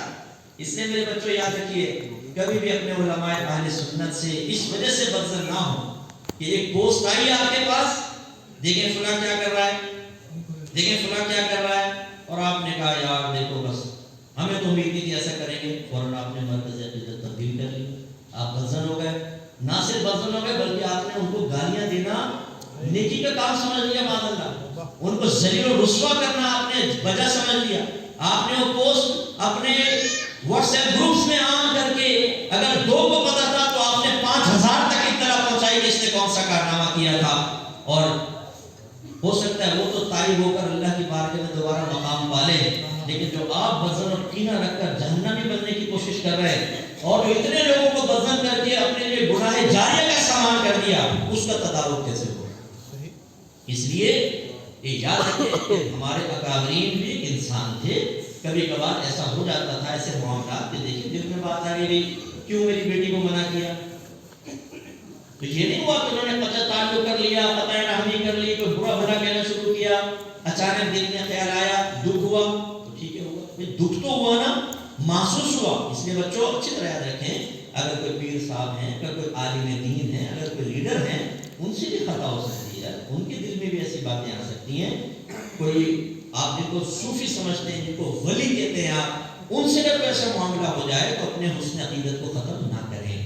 یہ ہو سکتا ہے. ہاں یہ دیکھیں کہ اگر وہ خطا ہے تو اس پہ وہ دوام اور استمرار تو نہیں کر رہے، لگ رہے ہیں بار بار غلطیاں کر رہے ہیں، بار بار غلطیاں کر رہے ہیں، کوئی غلط چیز ہوتی ہے. اس لیے میں نے لفظ کہے علماء حقہ جیسے صاحب علم ہو، صاحب تقویٰ ہو، کبھی ان سے کوئی مسٹیک آپ کے سامنے ظاہر ہو تو سب سے پہلے تو یہ کہ وہ مسٹیک ہے بھی کہ نہیں، اس کو پائے تحقیق تک پہنچایا جائے. چلو فرض کرو ثابت بھی ہو گئی تو اسپیس دیں، انہیں توبہ کا موقع دیں، انہیں رجوع الی اللہ کا موقع دیں. آپ کو نوتے میں ایسی فکر کرنے والا کہ دوبارہ ان کو ادھر آنے نہیں دیں گے. جب اللہ تبارک و تعالیٰ اپنے بندے کو 1000 بار توبہ کرنے اور 1000 بار پھر توبہ توڑنے اور پھر دوبارہ رجوع کرنے پر اپنی رحمت کی آغوش میں لے لیتا ہے، تو یار آپ ہمیں کیسے محروم کر سکتے ہیں؟ اس نے اہل سنت کو تباہ کر دیا کہ کسی سے خطا ہوئی تو ہم نے کہا اس کو دوبارہ عزت کے اوپر تو لانے نہیں، اس کو اتنا ذلیل کر دو، اتنا اس کو بے عزت کر دو، اور جو سطحی قسم کے الفاظ ادا کیے جاتے ہیں کہ اس کے کپڑے اتار دو لوگوں کے سامنے کہ آئندہ کبھی اٹھ کے سر اٹھا کے نہ چل سکے. آپ کے آقا نعمت امام اہل سنت مجدد دین و ملت فرمان شمع رسالت عظیم البرکت عظیم المرتبت شاہ احمد رضا خان علیہ رحمت الرحمان فرماتے ہیں کہ اگر کسی عالم اہل سنت سے بتقدیر الہی کوئی خطا سرزد ہو جائے، جو بعمل ہے دین کا کام کر رہا ہے، بتقدیر الہی خطا سرزد ہو جائے تو فرماتے ہیں اس کو چھپانا واجب ہے. کیوں؟ فرمایا گا تم اس کو ظاہر کرو گے تو جتنے لوگ اس سے فیض پا رہے ہیں وہ محروم ہو جائیں. بھائی اگر یہ خطا ہوئی ہے یار تو چھپا لو. میں یہ نہیں کہہ رہا ہوں اصلاح نہ کرو، آپ اصلاح کریں، ٹیبل ٹاک کریں، وہ بھی عوام کو نہیں کہہ رہا ہوں، علماء جیسے بٹھا کر کہ آپ سے ہوئی ہے ایسے کر لیں، ٹھیک ہے، لیکن عوام کو چاہیے یہ نہ کریں. مثلا ایک آدمی ہے وہ پبلک میں کام کر رہا ہے، لوگ اس کو دیکھ کر نیک بن رہے ہیں، اس کی اسپیچز سے بن رہے ہیں. اب آپ نے اتنی اس کی پوسٹ عام کی، اتنا اس کا گناہ یا اس کی خطا اتنی زیادہ عام کی کہ سارے لوگ بدل ہو کے اس کو چھوڑ گئے. بتائیے اس میں دین کا فائدہ ہے کہ نقصان؟ اور میں آپ سے آخری کوسچن کرتا ہوں، ہم میں سے کون فرشتہ بیٹھا ہوا ہے؟ بتائیے کون بیٹھا ہوا ہے؟ ہم ہر ایک گناہ گار ہیں، میں سب سے بڑا پاپی گناہ گار ہوں. کیا اللہ تبارک و تعالی ہماری خطاؤں کے باوجود ہمارے قصور کو معاف نہیں فرماتا؟ اگر یہ ہوتا کہ آپ کا قصور ہی معاف نہیں ہوگا، جہنم میں جائیں گے تو ہمارا کیا ہوتا؟ یا اگر آپ سے کہا جائے کہ تمہارا قصور معاف نہ کیا جائے تمہیں جہنم میں ڈالا جائے ہمارے قصور کو معاف کیا جاتا رہے، کیا کہیں گے آپ؟ جی معاف کر دیں، کوشش کروں گا بچنے کی، پھر ہو جائے پھر معاف کر دیجیے گا، پھر ہو جائے پھر معاف کر دیجیے گا۔ تو بھائی صادق کے بارے میں آپ نے خیال کیوں نہیں کیا؟ اس کے لیے کیوں توبہ کے دروازے بند کریں؟ اسے عزت کے ساتھ اپنی فیملی کے درمیان رہنے اور اپنے متبعین، اپنے شاگردوں اور عوام کے سامنے رہنے کا حق کیوں چھینتے ہیں ہم؟ کہ اس کو اتنا ذلیل کر دو کہ اپنے بیوی بچوں کے پاس پہنچے تو دیوار شرم سے جھک جائیں، وہ اپنے شاگردوں کے سامنے نہ کر سکے، جس مسجد میں وہ امامت کرتا تھا اس کے بعد وہ اس بیچارہ ہمت ہی نہ کر سکے مسجد کے اندر جانے کے، لوگ لعنت ملامت کریں۔ آپ نے اس کو ذلیل کر دیا، آپ نے اس کو جہنمی اپنی دانش میں قرار دے دیا۔ اگر یہ طرز عمل آپ کا سنت کے مطابق ہے، اگر یہ آپ کا طرز عمل اللہ رسول کی رضا کے مطابق ہے، قرآن حدیث کی تعلیمات کے مطابق ہے، تو قل ہاتوا برہانکم ان کنتم صادقین۔ اللہ نے ایسے ہی خطرناک قسم کے بے سروپا دعووں کے جواب میں اپنے حبیب سے فرمایا، حبیب ان سے فرمائیے اگر تم سچے ہو تو اپنے دعوے پر دلیل لے کر۔ اس لیے میرے بچوں خاص طور پہ میں آپ سے گزارش کرتا ہوں، کسی اپنے سنی عالم دین جو اپر لیول پہ خاص طور پہ کام کر رہے ہیں، اگر کوئی آپ کو کہتا ہے اس نے ایسا کیا ہے، کبھی اس پوسٹ کو آگے نہ کریں، بالکل نہ کریں، اسے دبا۔ مجھے بہت لوگ بھیجتے ہیں، کتنے لوگ بھیجتے ہو کیا پتہ نہ کریں، میرا موبائل پڑا ہوا دیکھیے گا تقریباً 4900 سے اوپر میسج پینڈنگ پڑا ہے جو کھولے بھی نہیں ہے، اور جو نہیں کھولے ان کی تعداد ہزاروں میں ہے، کیونکہ میں پبلک والا آدمی اور انٹرنیشنل لیول پہ کام کر رہے ہیں تو یہ میرا کوئی کمال نہیں، لوگ جانتے ہیں، لوگ بھیج دیتے ہیں، نمبر بھی عام ہے۔ کتنے لوگ ایسی پوسٹیں مجھے بھیجتے ہیں، میں نام نہیں لیتا ہوں، کچھ شخص دنیا سے رخصت ہو گئے، کچھ لوگ ان تک کی پوسٹیں بھیجی جو عام جس کا اتنا دین سے تعلق نہیں، لیکن میں تو سختی سے منع کرتا ہوں یہ پوسٹیں مجھے مت بھیجیں اور نہ ہی آگے فارورڈ کریں، ورنہ آپ کے لیے گناہ جاریہ ہو۔ آپ کو نہیں پتہ اختلاف کی نوعیت کیا ہے، آپ کو نہیں پتہ اصل خطا کیا ہے، آپ کو نہیں پتہ اس خطا پہ گریز کے طریقے کیا ہے، آپ بھولے پن میں آگے بھیج دیتے ہیں سمجھ کے میں دین کی خدمت کر رہا ہوں، آپ دین کا اتنا بڑا نقصان کر دیتے ہیں بسا اوقات کہ یہ مرنے کے بعد پتہ چلے گا کہ آپ نے اپنے لیے جہنم کا راستہ کھودا تھا، ایک سرنگ کھود دی تھی جو سیدھی آپ کو جہنم میں گرائی۔ جس نے ایسا کیا ہوگا اللہ کی بارگاہ میں توبہ کرے اور آئندہ اس سے بچے۔ دوسری بات، راز کی حفاظت۔ حضرت صدیق اکبر ساتھ رہ رہے ہیں تو نبی کریم کے راز کی حفاظت کر رہے ہیں۔ آپ میں سے جو بھی کسی عالم دین کی صحبت میں رہتا ہو، کسی پیر صاحب کے پاس رہتا ہو، کسی دینی استاد وغیرہ کی صحبت میں رہتے ہوں تو آداب صحبت سیکھیے۔ سب سے پہلا کام کیا ہوتا ہے؟ ان کے رازوں کی حفاظت کرنا بہت ضروری ہے، اور یہ شعور بیدار کرنا کہ ان سے کون سی سنی ہوئی بات مجھے آگے فارورڈ کرنی ہے، کون سی نہیں کرنی۔ ہمارے یہ بھی بڑی مصیبت، ایک نجی محفل میں ایک عالم صاحب کوئی بات کر رہے ہوں گے، ان کی ویڈیو بنا دیں اور اس کو ڈال دیں گے سوشل میڈیا۔ بھائی وہ نجی محفل میں بات ہو رہی تھی، اس میں کھل کے بات کرتا ہے آدمی، میں یہاں پہ بات کروں گا 50 چیزیں آپ کے سامنے نہیں بات کر بیان کر سکتا، کیونکہ کیا اس کے اثرات ہوں گے، کوئی کیسے سنے گا، کیسے سمجھے گا، وہ چیز یہاں بیان نہیں۔ لیکن جب ہم بیٹھتے ہیں آپس میں گفتگو ہوتی ہے کسی چیز پر، فلاں پہ تبصرہ، فلاں پہ تبصرہ، وہ پتہ ہے تو سن نہیں رہا، سب خواص بیٹھے ہوئے ہیں، لیکن آپ نے اس کو ریکارڈ کر کے عوام میں عام کر دیا۔ ابھی میں آپ کے سامنے بات کر رہا ہوں نا، اور ایک آدمی امریکہ کے اندر لائیو جا رہا ہے، امریکہ کے اندر فرض کرنے مجھے اس وقت سن رہا ہوں، ایک کمرے میں بیٹھ کر، آپ کے سننے کی کیفیت علیحدہ ہوگی، اس کی علیحدہ ہوگی، آپ ایک الگ نتیجہ مرتب کر سکتے ہیں، وہ الگ۔ ایک ٹیچر کلاس میں پڑھا رہا ہے، وہ اپنے شاگردوں کو سمجھا رہا ہے، یہ ماحول علیحدہ ہے۔ آپ نے وہ ڈال دیا سوشل میڈیا پر، ایک عورت نے دیکھا، ایک مرد نے دیکھا، یعنی کسی بات کر رہے ہیں، لا حول ولا قوت الا باللہ۔ اچھا آپ نے نہ سیاق نہ سبق، نہ آگے پیچھے کو ریکارڈ نہیں کیا، 4 جملے ریکارڈ کر کے کٹ پیسٹ کر کے ایک بات نکال کر آگے بھیج دی۔ جیسے امام صاحب بیان کر رہے ہو، لا تقربوا الصلاۃ وانتم سکارى، اگر تم حالت نشے میں ہو تو نماز کے قریب مت جاؤ۔ آپ نے لا تقربوا الصلاۃ ریکارڈ کیا، انتم سکارى کو چھوڑ دیا اور عام کر دیا، دیکھو جی مولوی صاحب کہہ رہے ہیں نماز کے قریب بھی مت جاؤ۔ اور بھائی اپنے خدمت کی یہ بڑا بڑا کیا ہے، یہ سب سے بڑی مصیبت ہوتی ہے۔ تو یہ شعور بیدار کریں ہمیں کون سی بات، بعض پیر صاحب، بعض عالم دین اپنی نجی محفل میں بیٹھ جائیں، علماء 50 باتوں پہ ڈسکس ہوتا ہے، ایک دوسرے پہ تبصرے ہو جاتے ہیں بعض اوقات۔ تو اب اس کا مطلب یہ ہے کہ آپ کے راز باہر جا کے بتائیں گے، وہ تو ایسے کہہ رہے تھے، وہ تو ایسے کہہ رہے تھے، نہیں، وہ نجی محفل کی بات ہے۔ اور نجی محفل جو ذاتی محفل ہوتی ہے، جو پبلک پلیس پر نہیں ہوتی، یاد رکھیں اس کی ہر بات امانت ہوتی ہے۔ وہی بات آپ آگے پیش کر سکتے ہیں جس کے بارے میں آپ کو بالکل یقین ہو کہ اگر میں بیان کروں گا تو ان صاحب کو، عالم صاحب، پیر صاحب کو کوئی رنج یا دکھ یا تکلیف نہیں ہوگا۔ راز کی تعریف ہی یہ ہے کہ کسی شخص کی وہ بات کہ جو وہ شخص نہ چاہے کہ آپ کے علاوہ کسی تیسرے کو پتہ چلے، وہ راز ہے۔ اور میرے خیال میں وہ اتنی پیچیدہ بات تو نہیں ہے کہ اگر ایک دوست نے آپ کو راز بتایا تو آپ اس کو آگے پیش کریں نہ کریں، آپ سوچ سکتے ہیں کہ نہیں یار آگے پہنچاؤں گا تو لڑائی جھگڑا فتنہ فساد ہو جائے گا، یقیناً میرا دوست نہیں چاہے گا کہ میں اس کو آگے پیش کروں۔ تو اس لیے اس ذہن میں رکھیں، راز کی حفاظت کرنا کہ گویا کہ ایک امانت کی حفاظت کرنا ہے۔ راز کو آگے بھیج دینا یہ امانت میں خیانت ہے۔ تو سب سے پہلے تو شعور بیدار کریں اگر آپ کسی نجی محفل میں بیٹھتے ہیں، کون سی بات مجھے آگے پیش کرنی ہے اور کون سی چھپانی ہے، یہ واجب ہوگا۔ دوسری بات یہ ہے کہ بعض اوقات ہمارا ہو جاتا ہے لڑائی جھگڑا، میاں بیوی میں سیپریشن ہو جاتی ہے، ان کے راز ہوتے ہیں، دوستوں کے اندر راز شیئر کرتے ہیں، ہم اپنے ویک پوائنٹ، جھگڑا ہو گیا۔ آپ ایک پیر صاحب سے محبت کرتے تھے، عالم صاحب سے عقیدت تھی، بدزن ہو گئے۔ اب امتحان زیادہ بڑا ہوگا کہ آپ کے پاس جو راز ہے یاد رکھیے وہ اب ایسا نہیں ہوگا کہ آپ کے لیے خیانت جائز ہو گئی، اب بھی راز کی حفاظت واجب ہے۔ لیکن ہمارے یہاں کیا ہوتا ہے، میاں بیوی رہتے رہتے ہوئے جو نہیں بھی کیا ہوتا ہے وہ بھی بیان کرو، یار کیوں چھوڑ دیا یار، بہت غلط قسم کی عورت تھی یار، کیوں؟ لڑکی والے کہیں گے بھائی وہ بڑا برا آدمی تھا، یہ وہ جوا نہیں بھی کھیلتا، وہ جوا نہیں تھا، کمرہ ہماری بچی کا نام ہے، عورتوں سے مراسم تھے اس کے، غیر عورتوں سے۔ اگر تھے بھی تو آپ کیوں بیان کرتے ہیں، راز کی حفاظت کرو۔ ایک بزرگ تھے، ان کی زوجت سے جھگڑا ہوا تو ایک شاگرد نے آ کے پوچھ لیا حضور کیا معاملہ ہے؟ فرمایا اپنی بیوی کی بات تجھے کیوں بتاؤں؟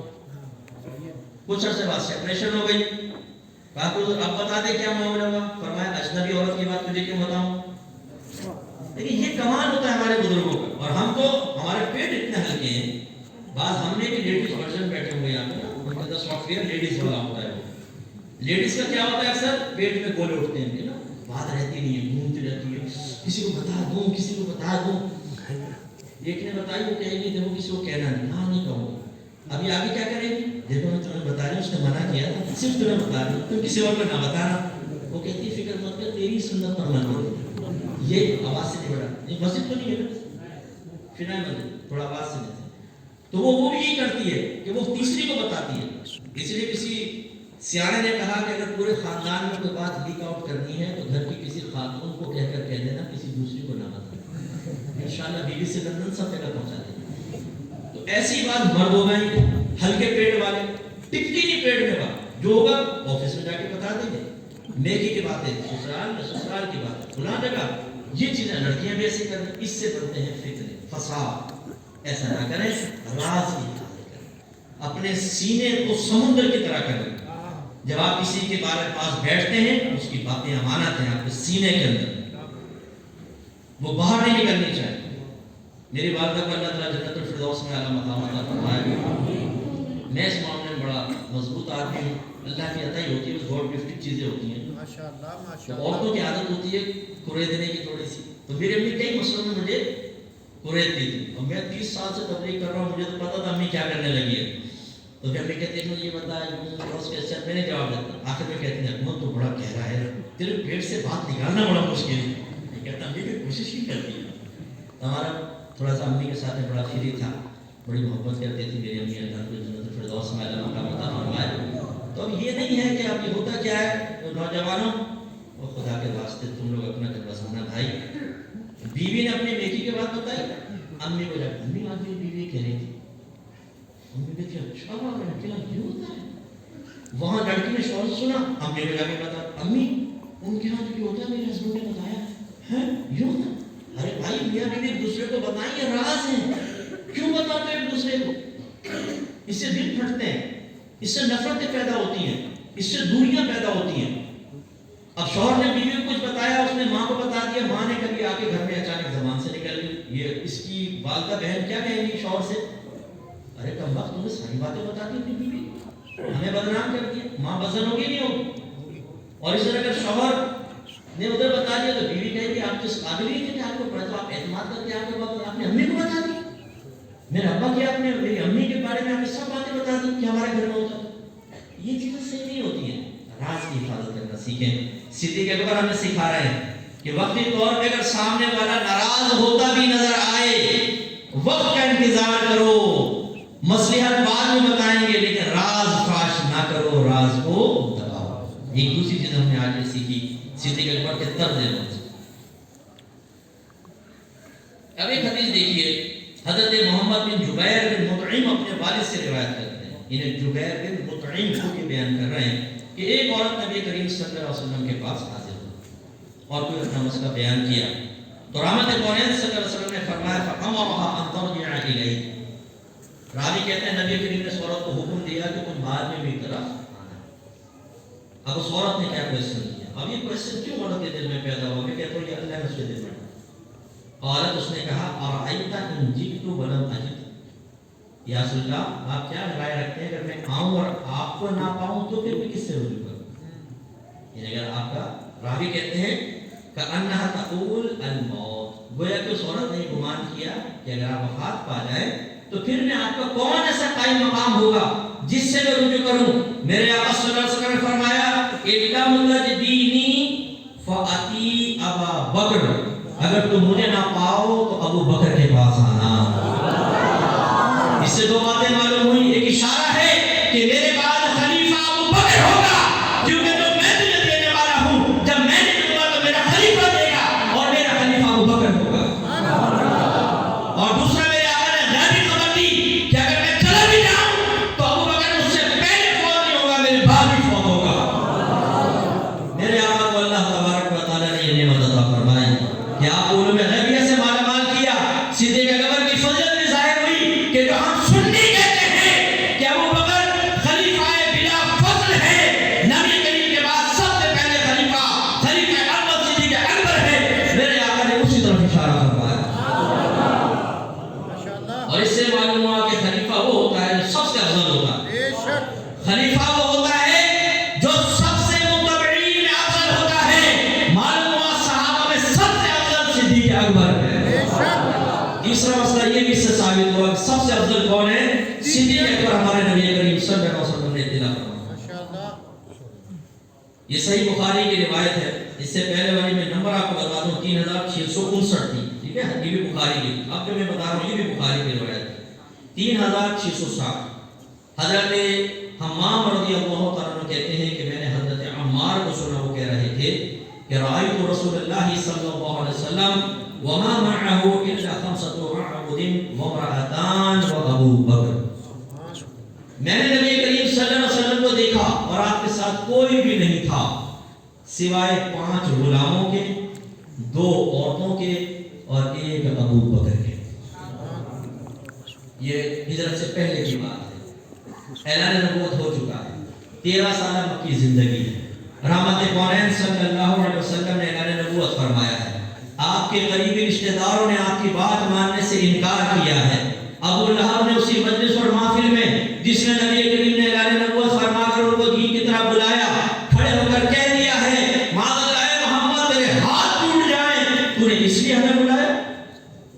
تو اللہ نے پھر آیات نازل فرمائی تبت یدا ابی لہب و تب، میرے نبی کے نہیں ابو لہب کے ہاتھ ٹوٹ جائیں، وتب اور ٹوٹ گئے، یعنی تباہ برباد ہوگا جو نبی کریم کی شان میں گستاخی کرے، جو نبی کریم کے لیے گندے الفاظ زبان سے نکالے، آپ میں بدلہ لے کے نہ دے، اللہ تبارک و تعالیٰ اس کو ذلیل و رسوا کر دیتا ہے۔ میرے آقا صلی اللہ علیہ وسلم نے تبلیغ فرمائی، مشکل ترین کام۔ نوجوانوں اپنے گرم گرم بستروں پہ دین حاصل کرنے والوں، بھرے پیٹ کے ساتھ آزاد ملک میں اپنے دین کی بہار ڈھونڈنے والوں، یہ دین آپ کے پاس پلیٹ میں رکھ کر نہیں آیا تھا، محنتیں کی گئی تھی۔ میرے آقا صلی اللہ علیہ وسلم نے اعلان نبوت فرمایا۔ اعلان نبوت کا مطلب کیا ہے؟ اعلان نبوت کا مطلب یہ ہے، اسلام کی دعوت کا مطلب یہ ہے کہ آپ نے کفار سے کہا تمہارے عقیدے غلط ہیں، تم باطل عقائد کرو، تمہارے جو آباء و اجداد عقائد میں مر گئے وہ جہنم میں جائیں گے، اگر تم میرا کہنا نہ مانو گے تم بھی جہنم میں جاؤ گے۔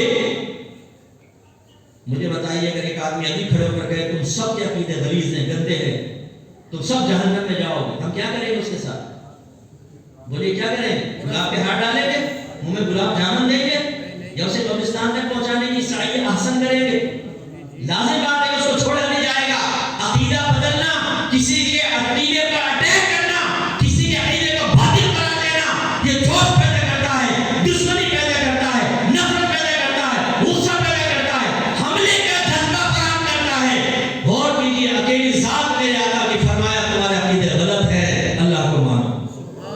جرأت مصطفیٰ دیکھی آپ نے. اور پھر جو ایسے کے ساتھ ہوتا ہے وہ بھی. میں اب سیاست پہ کلام نہیں کرنا چاہتا، ورنہ آپ دیکھیں جو جس پارٹی کا ہوتا ہے دوسری پارٹی برسر اقتدار آتی ہے، جو ساتھ ہوتے ہیں سب کا کام خراب ہو جاتا ہے. پھر دوسری آتی ہے وہ پہلے والوں کا کام خراب کر دیتے ہیں. اس کا مطلب یہ ہو سمجھیے اس چیز کو، یہ فطرت انسانی کا تقاضا ہے. جو ہمارا دشمن ہوگا جو اس کے ساتھ ہے اس کا دوست وہ بھی ہمارا دشمن ہوگا. اسی طرح جو نبی کریم کے ساتھ تھے اس زمانے میں ان کی جرأتوں کو سلام. جرأتوں کو سلام. اور حضرت عمار کیا کہہ رہے ہیں؟ سرکاری ایمان لائے 5 غلام آپ کے ساتھ ہیں. اس لیے کہ عمار بھی تھے، حضرت بلال، حضرت تھے، 2 غلام تھے اور 2 عورتیں آپ کے ساتھ تھیں. ایک تو ام الفضل حضرت عباس رضی اللہ تعالیٰ عنہ کے ساتھ کی زوجہ مبارکہ، دوسری بی بی خدیجہ الکبریٰ رضی اللہ تعالیٰ. اور ایک روایت کے مطابق بی بی خدیجہ ام ایمن جو پھوپھی زاد ہیں آپ کی وہ تھی. اور مردوں میں صدیق اکبر رضی اللہ. میرے بچوں یہ معمولی بات نہیں ہے جو میں نے آپ کی خدمت میں عرض کی. ذرا اس پس منظر میں چلے جائیں. قریش بات بعد میں کرتے تھے، تلوار پہلے نکالتے تھے کیونکہ جمجو قوم تھی. اور یہ قریش نکلا ہے لفظ قرش سے. قرش ایک سمندری جانور تھا جو سب پر غالب آ جایا کرتا تھا. اس کی نسبت سے انہوں نے اپنا نام قریش رکھا تھا، یعنی سب پر غالب آنے والے، غسیلے لوگ، جنگجو لوگ، حملہ کرنے والے، ہمیشہ سامنے والے پہ غالب آنے والے. انہی کے اندر ایک صدیق اکبر بھی تھے. جب ایمان لائے آپ غور کریں کہ ان جنگجو لوگوں نے جو ان کے خلاف کیا ہوگا کیا کیا ہوگا. جن نگاہوں میں اپنائیت تھی اجنبیت پیدا ہو گئی، جن میں محبت تھی اس میں نفرت آ گئی. جو پہلے محافل میں جگہ دیتے تھے انہوں نے محافل سے دھکیلنا شروع کیا. جو پہلے کاروبار کرتے تھے انہوں نے کاروبار ختم کر دیے. صدیق اکبر کو تنہا کر دیا. کس جرم میں؟ کہ اس نے اپنے نبی کا کلمہ پڑھ دیا ہے. لیکن صدیق اکبر تھے صدیق، سچے انسان تھے. وہ سرکار کے ساتھ جم کر رہے، ایک لمحہ بھی پیچھے نہ ہٹے. اور ہماری صورتحال یہ ہے کہ دین پر اگر نازک وقت آ جائے تو ہمارے مسلمان میں 2 منٹ میں دائیں بائیں ہو جاتے ہیں. غلامی رسول میں مادری قبول ہے، جو ہونا عشق مصطفیٰ زندگی فضول ہے. بھائی نعرے لگانا تو بہت آسان ہے. اب یہ گولی چل جائے تو مفتی صاحب کو دھکا دے کے کہیں مفتی صاحب آپ کا اللہ حافظ کیا تو مفتی صاحب وہاں کے لیے سارے پیچھے گئے. قدم بڑھاؤ مفتی صاحب ہم آپ کے ساتھ ہیں. مفتی صاحب پیچھے پلٹ کے دیکھیں صرف دھول مٹی ہوا ہمارے ساتھ ہے. ہماری حالت تو یہ ہے کہ برا وقت آئے تو اپنے قوانین کو چھوڑ دیں، برا وقت آئے تو دین کو چھوڑ دیں، برا وقت آئے تو پلٹ کے دیکھیں نہیں، اپنی وفاداریاں بدل دیں. آج دین کو آپ کی ضرورت ہے. میں کوئی سیاسی آدمی نہیں ہوں، اس سے سیاست کی بات نہیں کروں گا، لیکن یہ ضرور کہوں گا جو کوئی دین کا کام کر رہا ہے اس کا ساتھ دینا آپ پر واجب ہے. بھاگے مت، جم کے کھڑے ہو، اللہ آپ کو عزت دے گا. صدیق اکبر تنہا تھے. ایک دفعہ سرکار نماز پڑھ رہے تھے، کفار نے حملہ کر دیا. صدیق اکبر آگے بڑھے اور سرکار کے اوپر اپنے آپ کو گرا لیا. انہوں نے صدیق اکبر کو مارنا شروع کیا. اتنا مارا، اتنا مارا، اتنا مارا، جس کی جان کوشش کی اس نے مارا. منہ پر، آنکھوں پر، سر پہ، پسلیوں میں، ٹانگوں پر، حتیٰ کہ انہوں نے کہا کہ یہ فوت ہو. اتنا مارا. آپ کے گھر والے اٹھا کر لے کر گئے. بڑی مشکل سے ہوش آیا، غالباً 1 یا 2 دن کے اندر ہوش آیا کہ روایت کے مطابق. جب ہوش آیا گھر والوں نے کہا لو پانی پیو، کھانا کھاؤ. کہا کہ نہیں پہلے بتاؤ میرے سرکار کیسے. انہوں نے کہا کہ جس کی وجہ سے اتنی مصیبت آئی تم اپنے ان کا نام لے رہے ہو. تو عرض کی کہ اگر وہ ہیں تو پھر میں، وہ نہیں تو میں کیا. میرے سرکار کے بارے میں بتاؤ. بتایا کہ نہیں وہ ابھی بالکل ٹھیک ہے ایسی حالت میں. تو پھر آپ نے پانی نوش کر. یہ صدیق اکبر کی محبت.